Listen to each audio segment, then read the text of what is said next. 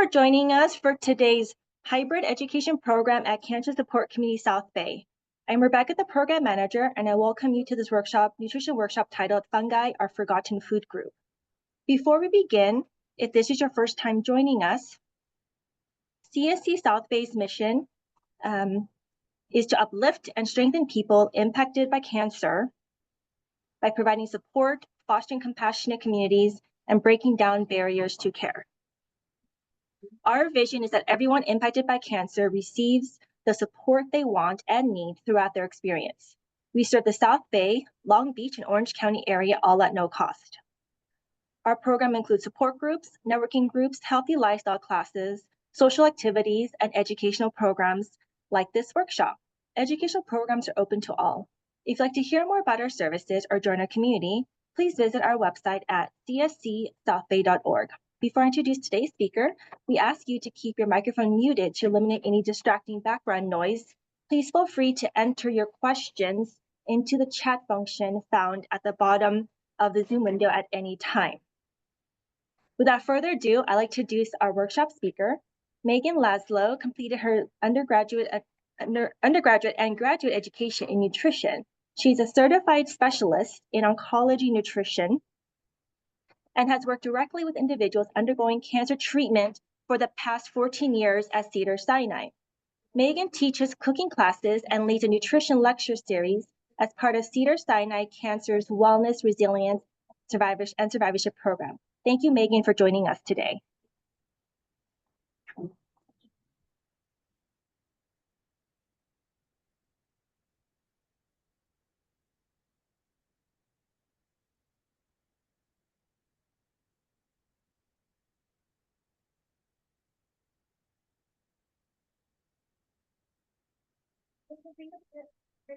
I was able to hear some of it. Yeah. Yes. Are we ready? Yes. Okay, so great. Well, thank you everyone for coming. It's such a pleasure to be here and to be able to do this hybrid event with you all. I'm feel very, very grateful. So thank you for coming in person so that you can try the food and we can have this experience. And thank you for joining online as well. So today we're going to be talking about mushrooms, which is one of my favorite subjects. I hope you all like mushrooms. Must be why you came in person to try some. And this information is really just intended to complement a lot of the nutrition counseling and education that we do in our cancer center at Cedars-Sinai, and to just kind of bridge the gap in information. So I'm not sure if y'all are familiar with these recommendations. These come from the American Institute for Cancer Research, which is our leading national oncology nutrition organization.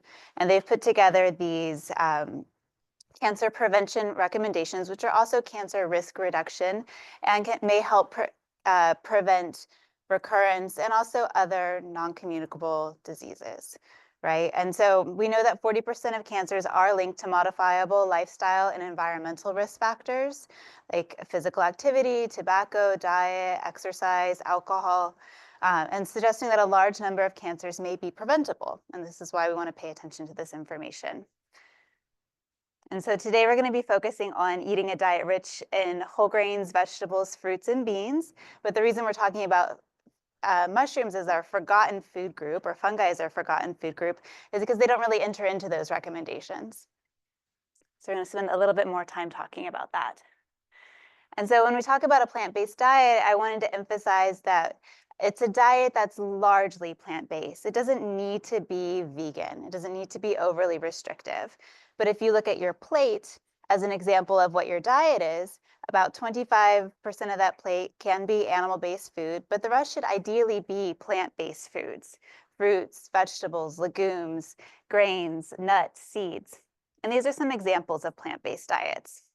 Could be vegan, could be vegetarian, semi-vegetarian, flexitarian. The DASH diet, which is a diet that is a very effective treatment for hypertension. Or traditional diets like the Mediterranean diet, or a traditional Korean diet, traditional Russian diet. I mean, some of these traditional diets are very healthful as well. You call them heritage diets or traditional diets. And a plant-based diet supplies your body with vitamins, minerals, and fiber that it needs to lay the foundation for reducing cancer risk. And so I wanted to highlight a little bit of information, just emphasizing the plant-based diet. This study was focused on, can you see? There is. Oh, perfect. Okay. So this was a meta-analysis of 95 different studies that was published in 2017 in the International Journal of Epidemiology. And they found that eating 10 servings of fruits and vegetables per day reduced risk of heart disease, stroke, cardiovascular disease, and all-cause mortality. And that 7.5 servings of fruits and vegetables per day reduced cancer risk. But we know that fewer than 25% of Americans eat the recommended amounts of fruits and vegetables, which is 5 servings per day. So it's something we really want to emphasize getting more of. And that comes out to, if you're measuring it with standard measuring cups, about 2.5 cups of fruits and vegetables per day. So this is a 1-cup measure. So something to think about as you look at your plate as an example of your diet, eat meal by meal, just paying attention to how many fruits and vegetables am I getting per day? And so mushrooms, again, don't enter into our fruits and vegetables, even though USDA often lumps mushrooms into the vegetable category, but they are very nutrient dense. And so they're similar to a lot of vegetables. They're high in selenium, which helps make the body make antioxidant enzymes that prevent cellular damage.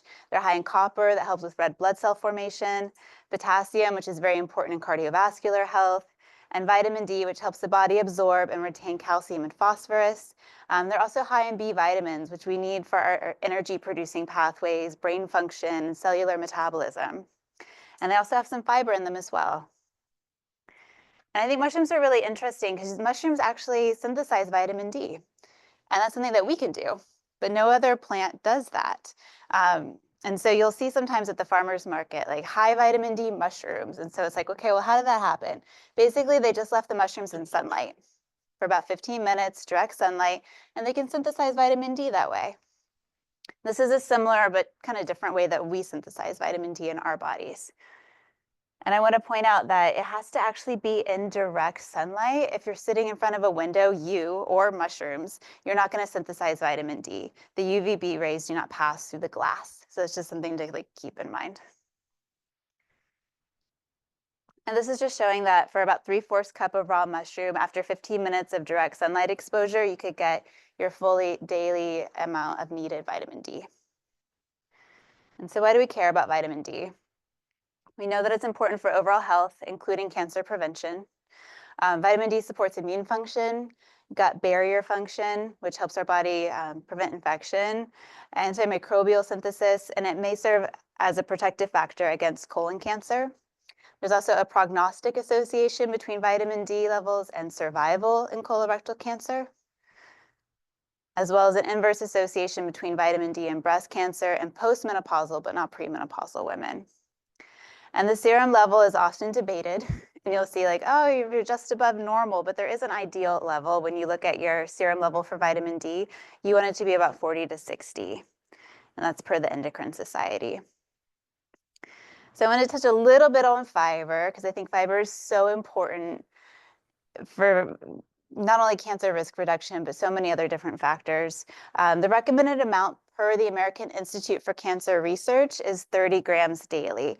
And this is higher than what USDA recommends. Just want to point that out. And the reason is because there's research to back it specifically for cancer. We also know that fiber increases satiety, keeps us full. It helps regulate our bowel pattern, and it's also cholesterol lowering and can help with weight management. And there's different types of fiber. So if you look at a food label, it'll just say fiber. It doesn't really break it down. But there's soluble fiber and insoluble fiber. And soluble fiber is soluble in water. You can think of it as like an apple. So the inside of the apple or the meat of the apple is soluble fiber, and the outside of the apple is the insoluble fiber. So that's more roughage. Usually if you're constipated, you want insoluble fiber. If you have diarrhea, you want more soluble fiber. That's something to think about. So we also have prebiotic fibers. And prebiotic fibers are special because they are specifically fuel for the bacteria in our intestinal tract. So it's fuel for probiotics. They're called prebiotics.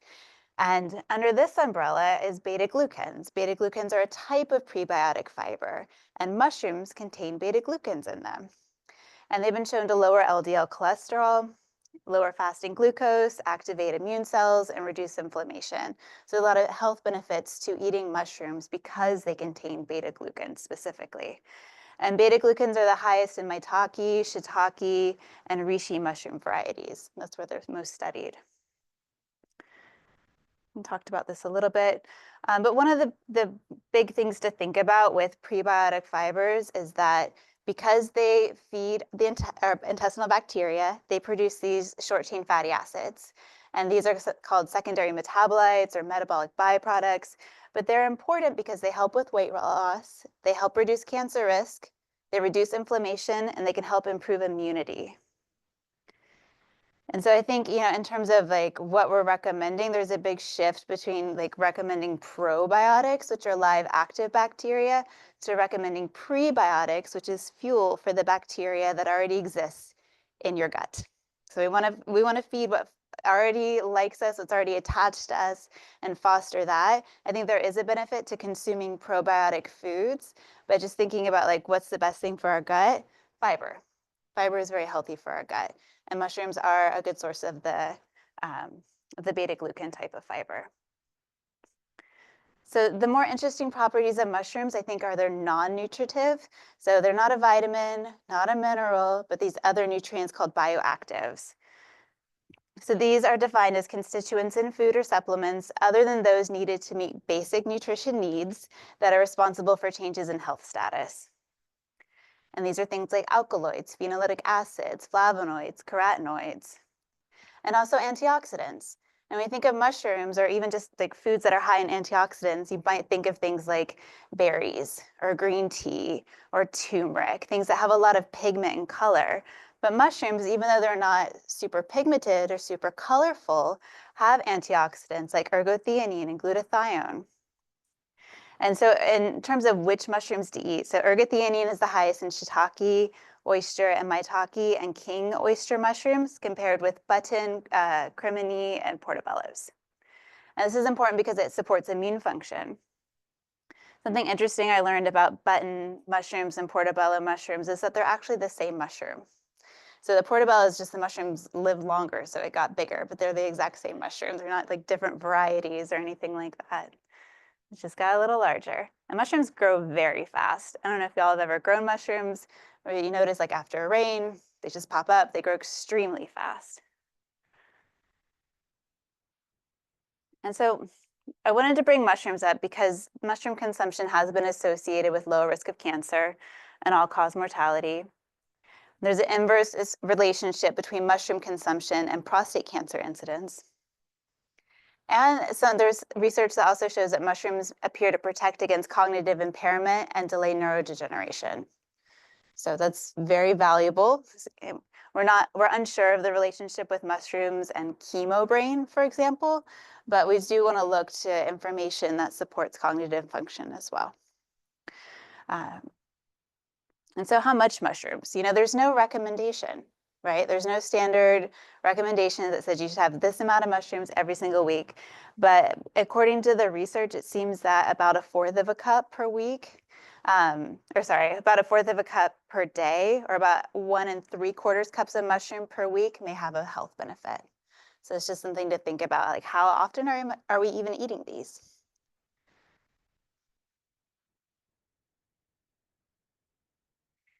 And there's palatable mushrooms. This is a picture of lion's mane mushroom. If you've ever seen it, I'm starting to see it more in the stores now. It has kind of a oceanic seafood flavor to it. But there's over 2,000 species of edible mushrooms. We just see what we see in our marketplaces. We see dried mushrooms, we see fresh mushrooms. But there's a lot of different varieties. And then there's our supplements, our teas, and our mushroom elixirs that have become very popular, including things like turkey tail, reishi, chaga. And they've been used in traditional Chinese medicine for thousands of years. But it's important to realize that mushrooms that are sold as a food are much more regulated than those sold as a dietary supplement. Dietary supplements have very little FDA oversight in terms of regulation. That's something to consider. And it does bring up concerns about quality, content, dosing, heavy metals, and other issues. I just wanted to briefly point out the mushroom life cycle. So I think what's important to pay attention to here is that there's mycelium, which is kind of like the roots of the mushroom, and then it grows into the button stage, and then you have the mushroom maturing, and that makes spores, and the cycle continues. But when you look at supplements, some supplements are mycelium-based only. And that's an important consideration versus fruiting body, which would be the button, or the mycelium, which is the roots. And there's a lot of debate in terms of whether or not the mycelium, or like these quote unquote roots, actually have these bioactive components in them. Are they still valuable if you buy a supplement that's mycelium only? So a few mushrooms. So I wanted to touch on a few that I get asked about a lot, or that are often used in the community.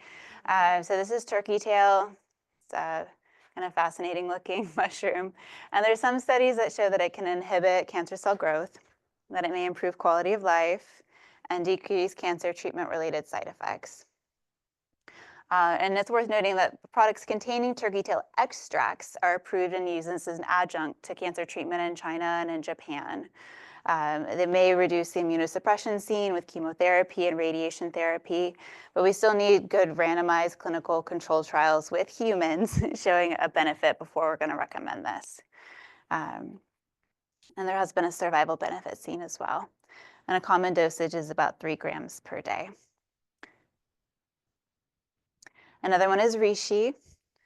There are some randomized control trials that showed enhanced response to conventional treatment and improved quality of life, as well as anti-cancer activity, specifically for melanoma and triple-negative breast cancer, and some studies that show that it may improve cancer-related fatigue in breast cancer patients on endocrine therapy. And some of these, I think it's important to really pay attention to the human studies when it comes to nutrition, not just for mushroom supplements, but all studies as well. So I think we really want good information before recommending these. Let's see. Okay. Chaga is another one. There are mostly animal studies on chaga, but they've shown anti-tumor, anti-mutagenic, antiviral, and all of these effects, but we really want to see studies in humans that show a beneficial effect before recommending this. Another thing about chaga is that it interacts with anticoagulants, and it may increase hypoglycemia with glucose-lowering medications.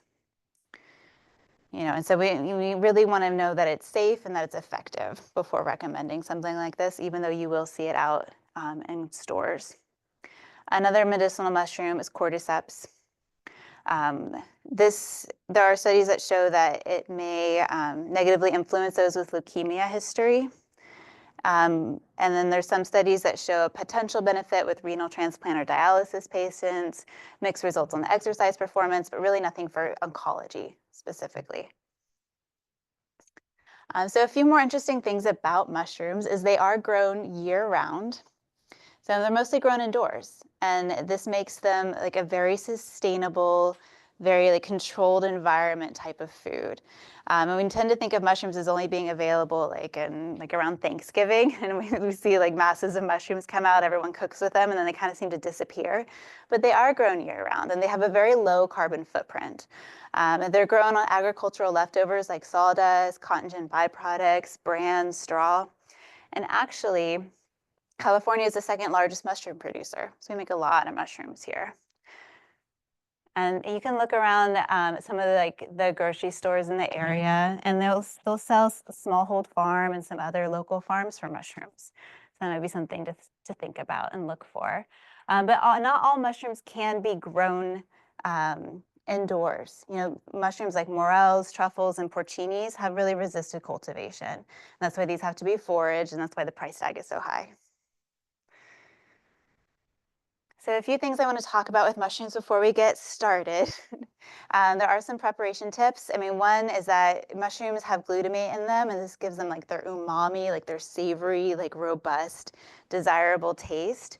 And so we want to bring that out in the mushrooms. You'll see this picture here where those mushrooms have a browned color to them. We want them to be browned. Nobody wants gray mushrooms, okay? We want browned mushrooms. So we're going to talk about how to do that. Mushrooms really should be cooked. They can contain toxins in them when they're raw. I know I see mushrooms all the time at salad bars that are raw. We really do want to cook mushrooms. We want to eat them cooked. And then in terms of shopping and storage, when you look for mushrooms, often they're sold in these plastic packages. It's worth taking a peek or even buying them loose because they can spoil pretty easily. And they're spoiled because they smell bad.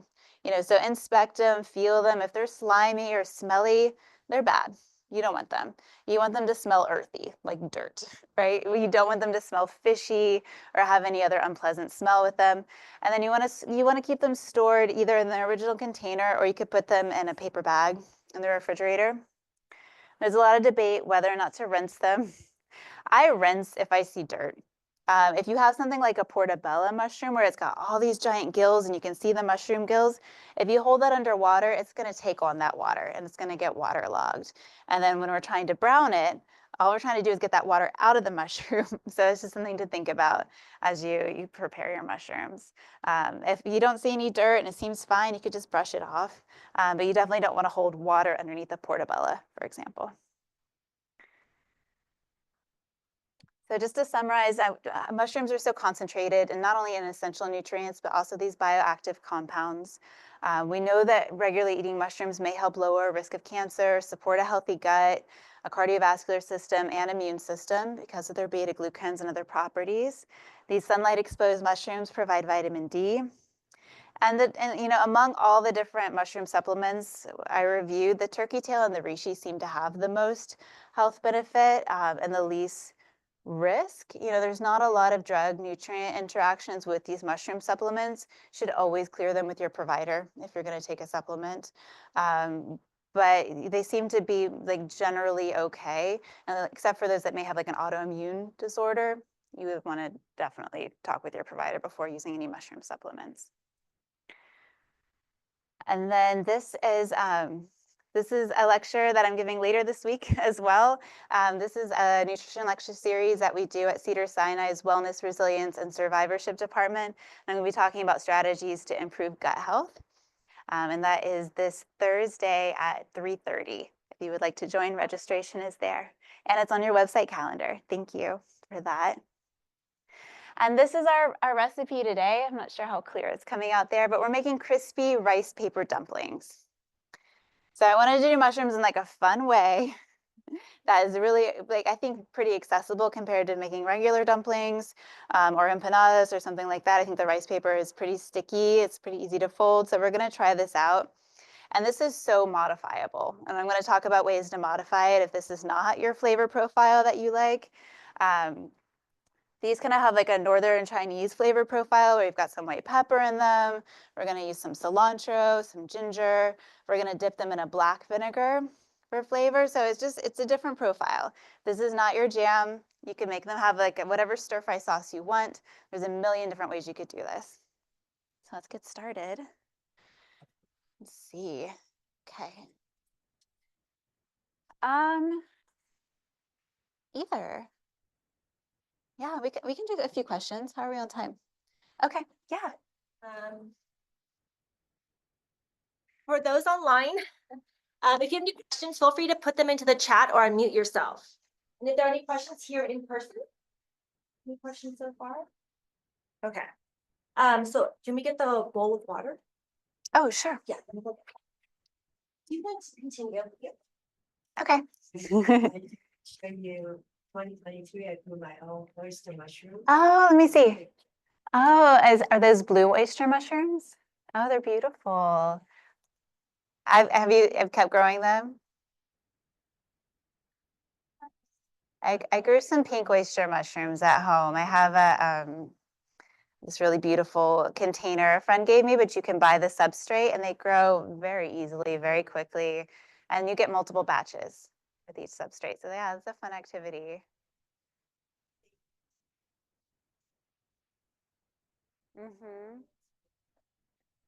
Yes, and they can have sunlight exposure too. I think it's a common idea that mushrooms can't be in the sun, but they do well with sun and actually enhances the pigment.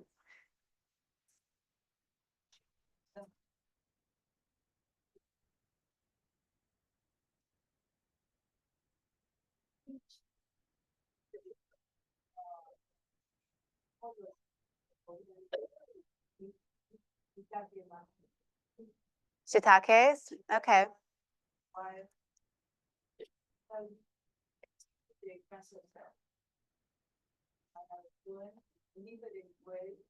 Mm-hmm. I mix it with the green one. Mm-hmm. Okay. Oh, I think I still need to put it around. Mm-hmm. I helped me a lot. Okay, good, good. Repeat that for the people online or summarize. Yeah, so one of our participants was sharing that after her cancer diagnosis, the doctor said to eat shiitake mushrooms, and that had a cancer reducing benefit. Yeah.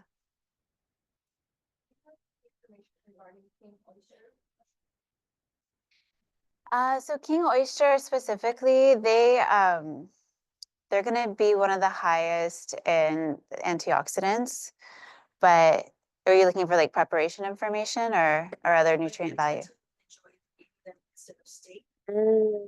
Yeah. They're very friendly when you cut it thicker and to grill them. So that's one of the Yeah, substitutes that I have. So I like that. Yeah.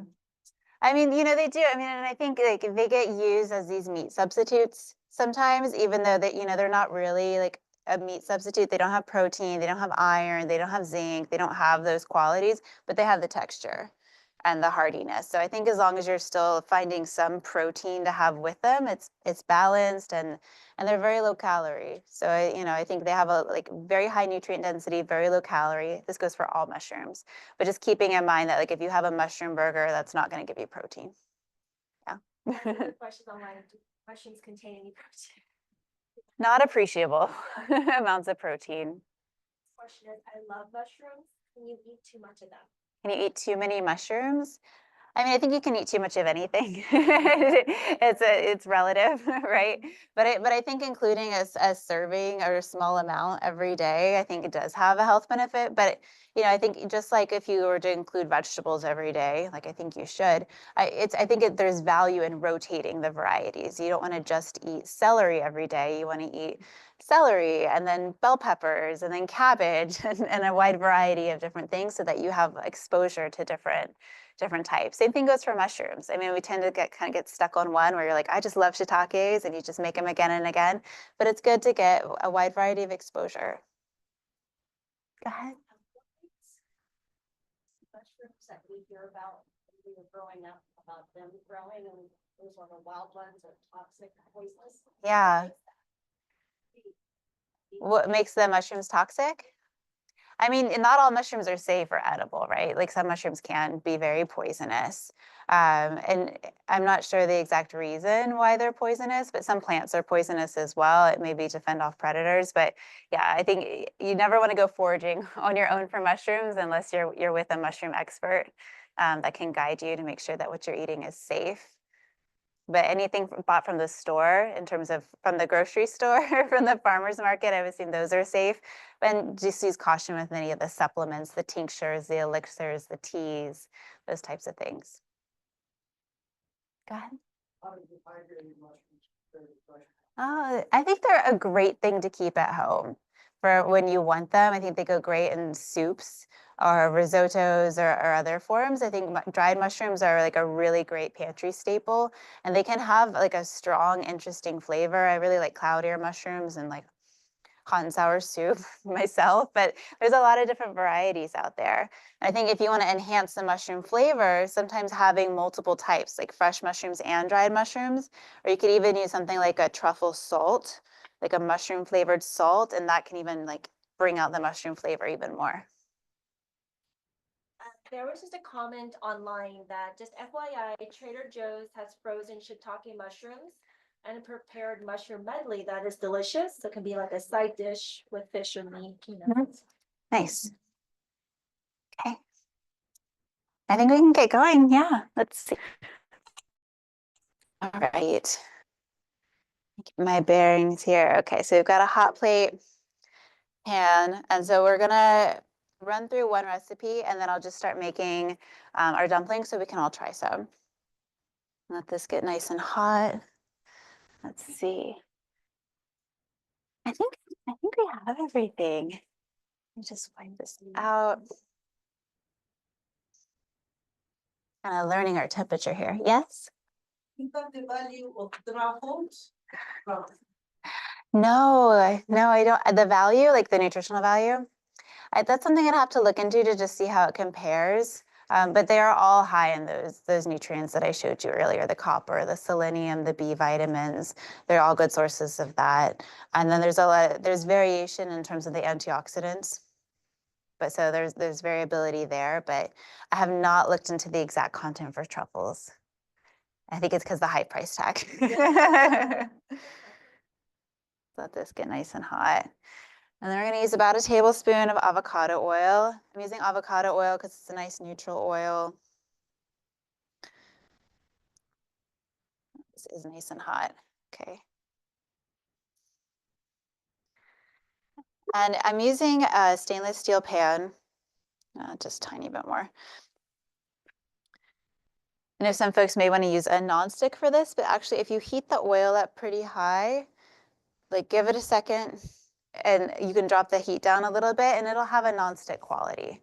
So you can kind of play with that at home just to see how that helps, especially when we're doing the rice paper segment to help keep it from sticking. You don't need a nonstick. Let this get nice and hot. So I'm gonna do about a cup of mushrooms. So these are a type of button mushroom.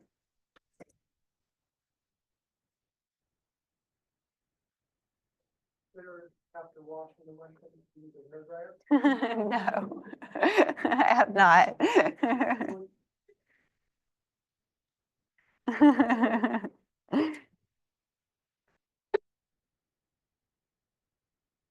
Okay, so yeah, we're just gonna give them a minute. We're gonna try not to mess with them because it's very tempting to just sit here and like do this constantly with your mushrooms. Don't do this. Don't do this. Leave them alone. Leave them alone. Let the water come out. If you have a lid, you can cover it, give it a minute. The water will just pull out of the mushrooms and then you can brown them. And that's what you want.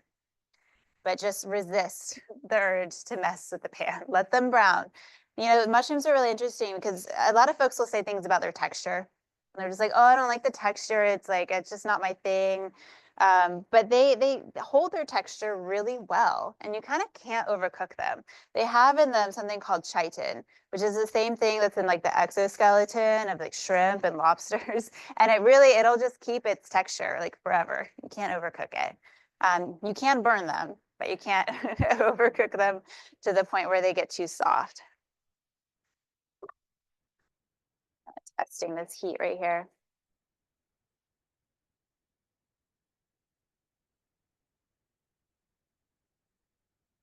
But yeah, I'm using a type of button mushroom for this. You could use shiitakes, you could use maitakes. I mean, these are so forgiving is why I chose them. So they could be mushroom centered. You could use other things inside. They can go a lot of different directions. This is quite hot actually. Okay, I'm gonna resist. Just stay away. So we've got this, and so we're gonna add mushrooms, we're gonna add cabbage. They've got some shredded cabbage here. Okay, great. Some shredded green cabbage. Got some cilantro, some green onion, and some tofu as well. So this tofu is the baked tofu. So oftentimes you buy tofu, it's in a little plastic container, it's filled with water, and then you gotta like take the water out, then you gotta press it, you wanna dehydrate it. And when you buy it baked, it's a shortcut. You know, they've already done that, they've already flavored it, it's in this vacuum sealed package, and you don't have to deal with the water. And I wanted less things to do today, so I'm choosing this. You can also buy pre-shredded cabbage. It's okay, make it easy for yourself. These are really helpful shortcuts. Let's see.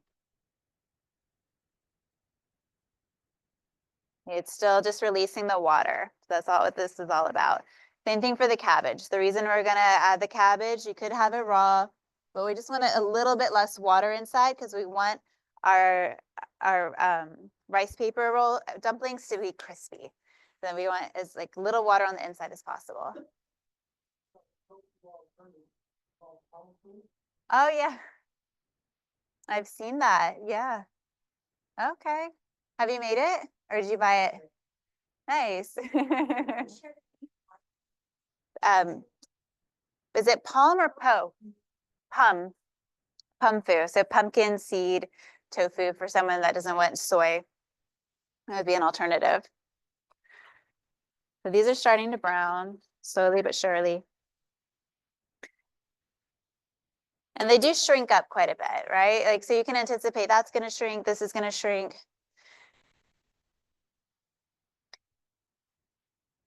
And so we've got cabbage, we've got grated ginger. So I grated the ginger because kind of hard to see, but it's okay. Thank you.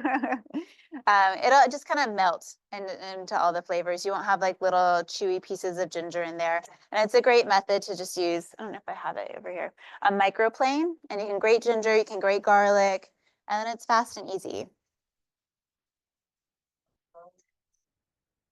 I haven't. Where do you find black garlic? I haven't seen it.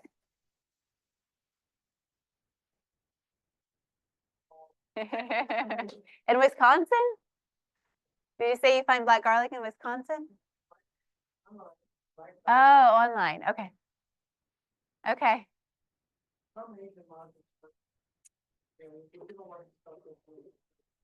Yeah. Okay. And then we're going to add about 3 cups of shredded cabbage. And if you see pieces in here like this, you don't want these, you don't want to have to bite through that. Like just put it to the side. We don't want that. We want like the shredded bits that are going to break down into a dumpling filling really easily. And I'm just going to give this a little toss.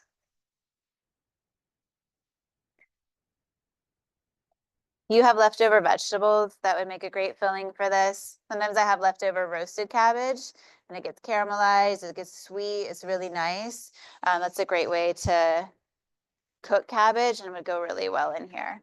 Personally, like when I have mushrooms, I like them to have like something kind of bitter with it, like a bitter green. I like that combination. That might not be you. Maybe you want to have like a different flavor profile here. We're just going to let this cook down and kind of sort out the rest of our ingredients. So we're going to have a little bit of tofu that we'll add in a second. Some green onions. You can just go ahead and add these.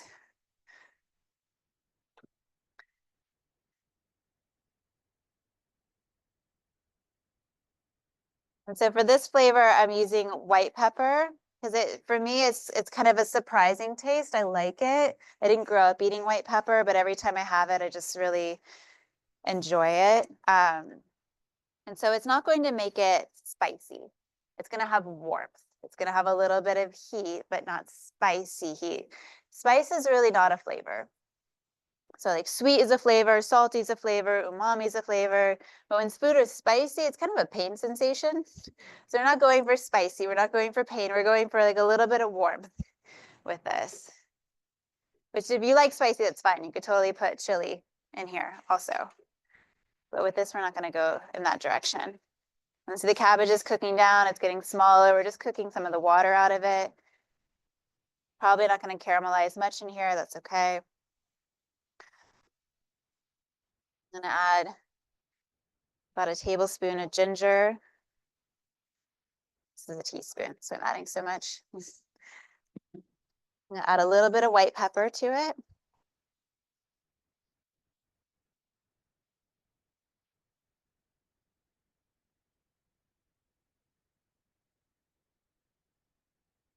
Honey. And then this is Szechuan peppercorn oil. So we've got a teeny tiny bit of that as well. So this is made by taking a neutral oil like avocado oil and cooking the peppercorns in that oil for about 20 minutes. And so you're doing an infusion. And so the Szechuan peppers, they kind of have this like numbing effect, and these are red Szechuan peppers, so they have like a floral flavor as well. So just use a tiny bit. Again, not spice. This is like a very specific flavor profile. I'm just making sure everything gets broken down. Our ginger, we really want dispersed and even, so we have little bites. I'm just going to turn the heat off. Figure out how. I think that'll do it. And then our tofu is already cooked. We don't need to cook it anymore. We're just gonna add about a cup.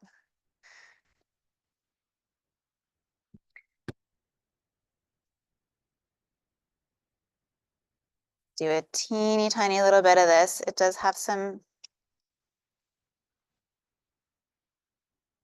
numbing effect to it. So just a little bit, just a flavor. And then, let's see, have a little bit of, we're using tamari instead of soy sauce, just because that's what I had. You could use either. Tamari is gluten-free. So I'm gonna do about a tablespoon of this. Tablespoon's 3 teaspoons. And you could also add sesame oil as well. We had some, I don't know if you could smell it on the way in, but it broke. So we're not gonna have that. But I will add some cilantro.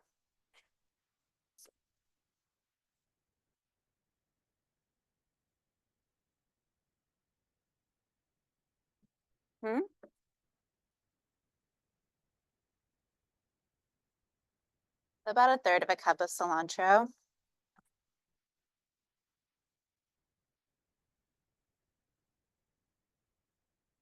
And that's our filling. So we're gonna have some black vinegar to dip in. It has like a very, very strong taste. If you don't like that, you could do a little rice vinegar with some tamari or soy sauce. And that's another like traditional dipping sauce. Yeah, so this is our filling. And then we can move on to the rice paper. Just gonna add this to our other bowl right here. Maybe we'll get some sesame essence from that.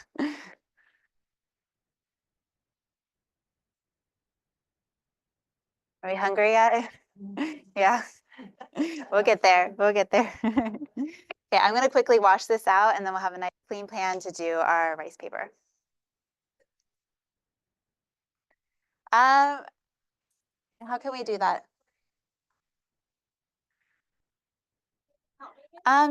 Do you, I was gonna ask if you had a sponge over here, but I can, okay. Okay, I'm gonna kind of mix this up. So you wanted this to cool down. This is something you could make in advance if you wanted to.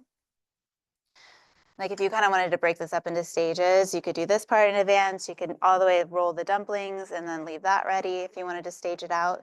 Either way is fine. Thank you. All right. This to the side. And you know, I am missing, I'll make it work, never mind. Have it, what are you looking for? I had some tongs, but I have so many times. do you? Okay, thank you. Okay. I'm not sure. Can y'all see this?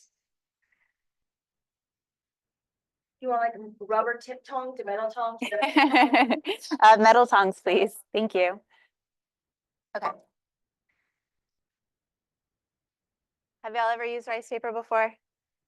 No? Okay. So usually this one's broken. This is used to make Vietnamese spring rolls. You can see it for that or other rolls, but it's rice and you can see it's pretty hard. It's kind of, it feels like plastic. And all we're gonna do is really briefly hydrate it. And I do mean briefly hydrate it. Just gonna dip it. And we wanna keep it firm enough that we still wanna work with it, but we don't want it to get overly soggy and just fall, which is what's gonna slowly happen to it. So we're just gonna just dip it, take it out. And this is just gonna hydrate it to make it malleable and foldable. I'm just gonna lay it down. Can y'all see this? Sort of, not really. Here. And you don't want it to get too soggy because when you go to pan fry it, thank you, it's not gonna get crispy. And the whole point of this is we want crisp. We want it to be super crispy. Thank you so much. I'm gonna take a couple spoonfuls of our mixture. And then we're just gonna fold it over and make a little pocket. We're not gonna roll it under like we're making an egg roll. We're just gonna do little pockets. So fold, fold. If this stresses you out, you can practice with a piece of paper. Yeah. Like I had to, it stresses me out. And then fold. And the idea here is you want, and I like tap it down, it's still pretty firm. And it's good, we want it firm because then you can manipulate it. If it gets too soggy, you can't manipulate it. And then what we want here is for this to be pretty much all the same level on the back. Because when we put it in the pan, we want it to get crispy. So we want it all the same level so it gets crispy. And then for my sanity, we're gonna double wrap these today. You don't have to, you don't have to. The thing is, like this side is gonna get really crispy where it's double wrapped basically. It's folded over itself on this side, and this one's gonna get really thin. And so we're just gonna double wrap it so it gets really crispy on both sides and it holds its shape and doesn't fall apart on you, which I think is a good practice. You don't have to do that. You sure can if you want to though. We're gonna do it today. And this just progressively gets softer and softer and softer. And then to do that, because this side is double layered, we're gonna put that down, put this one on top, and repeat. And you don't have to do this shape. This is just an option. You can cut these. You can do them whatever shape you want. You can manipulate it. You can put them in little triangles. You can do all kinds of things with them. Get them online. I got these at the Japanese market near my home. But you can get them at Japanese markets. You can get them at like 99 Ranch Market or other Asian markets. These are brown rice paper, but you can get the clear ones as well. It's just what they had. After the round already? No, but you can't. That one's broken, so yeah, go ahead. So I'm gonna make a few of these and then I'll put them to the side and then we'll pan fry them. We'll start our assembly line. Let's see. It's made from rice. For those online, Mhm. is there anything more that you want to share about the presentation, or is it more about the food now? I think it's more about the food now, unless there's any other questions or anything else Absolutely. folks wanted to For bring those up. online, if there's any questions, feel free to ask. You are more than welcome to stay and watch Megan cook, but I want to make sure to be able to answer your questions if you have any. Please feel free to put them in the chat, or you can unmute yourself.